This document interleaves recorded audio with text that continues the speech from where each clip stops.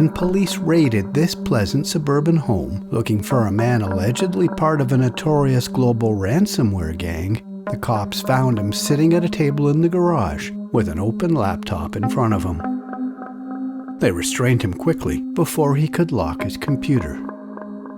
Securing direct access to that private computer revealed information about the alleged hacker and perhaps others, and fed FBI agents information used to file charges against him in U.S. federal court and request his extradition from Canada.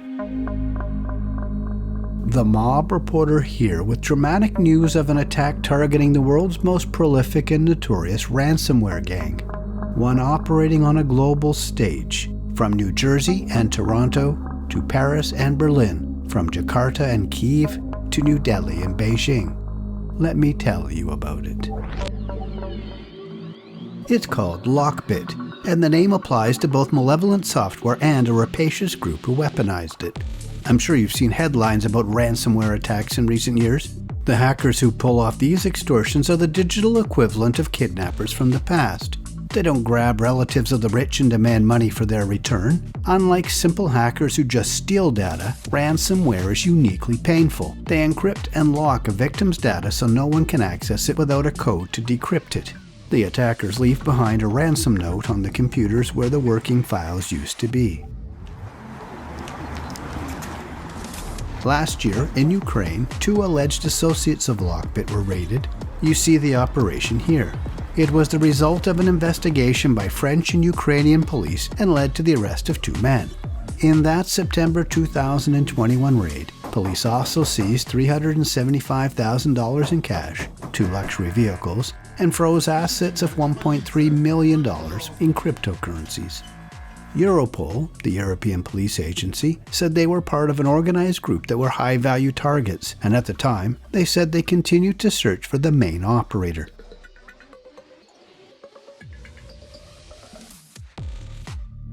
Europol connected those arrests in Ukraine to the one in Canada that came a year later.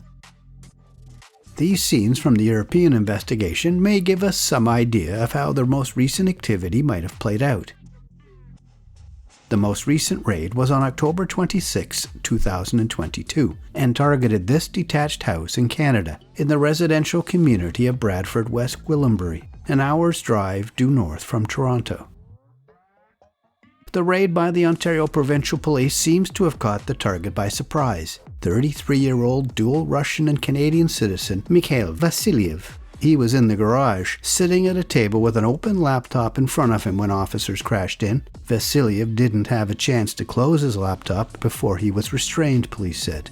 The laptop revealed a browser window with an open tab titled Lockbit Login, pointing to a domain on the dark web, according to allegations in a criminal complaint sworn by an FBI agent and filed in court in New Jersey. The FBI believes this was a Lockbit control panel, through which ransomware attackers carry out their extortion. Also on the computer, authorities allege, was a seed phrase for accessing a Bitcoin wallet. The wallet showed a payment on February 5. The FBI alleges those funds were a portion of a ransom payment made 6 hours earlier by a confirmed Lockbit victim. Investigators with France's Gendarmerie, the FBI, and the European Cybercrime Centre were deployed to Ontario to work with Canadian police, according to Europol, the European Police Agency. Europol said Canadian police seized 2 guns, 8 computers, and 32 external hard drives in the search of the home, along with €400,000 in cryptocurrencies.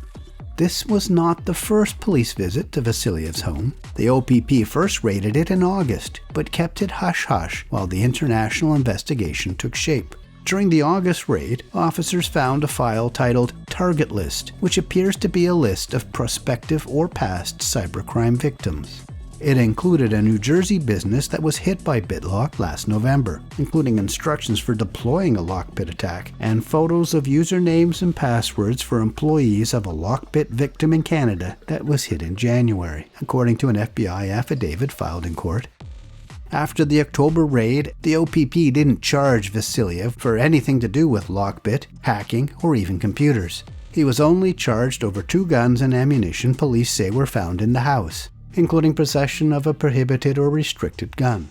The day after his arrest, he made a quick and quiet court appearance in a small courthouse even further north and was released on bail.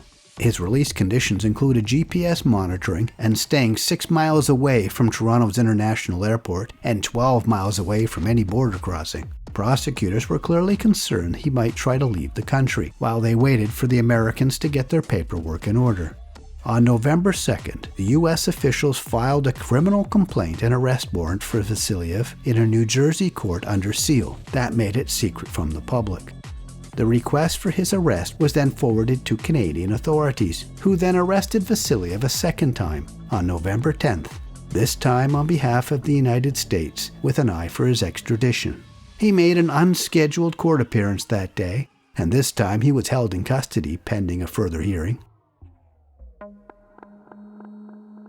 The U.S. charges against him are conspiring to damage protected computers and to transmit ransom demands. None of the allegations have been proven in court. I asked Vasiliev's lawyer if he or his client wished to comment on the allegations, and he declined at this time.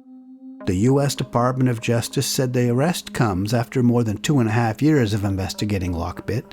Lockbit is sometimes portrayed online as a bit of a Robin Hood-style organization, by mostly targeting the banking, insurance, financial, and professional services sectors, rather than hospitals, schools, and charities. Their targets are usually large organizations that have two things: a lot of important data, and the resources to pay handsomely to get it back.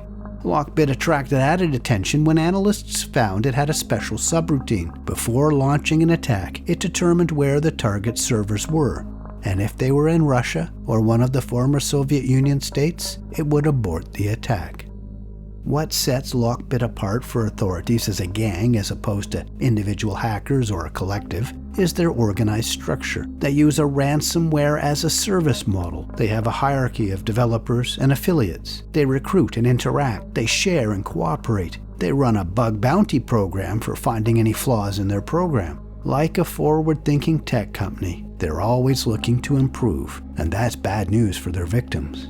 Here's one last weird thing, though. A few hours after Europol posted its announcement about the arrest in Canada online, it disappeared. Poof.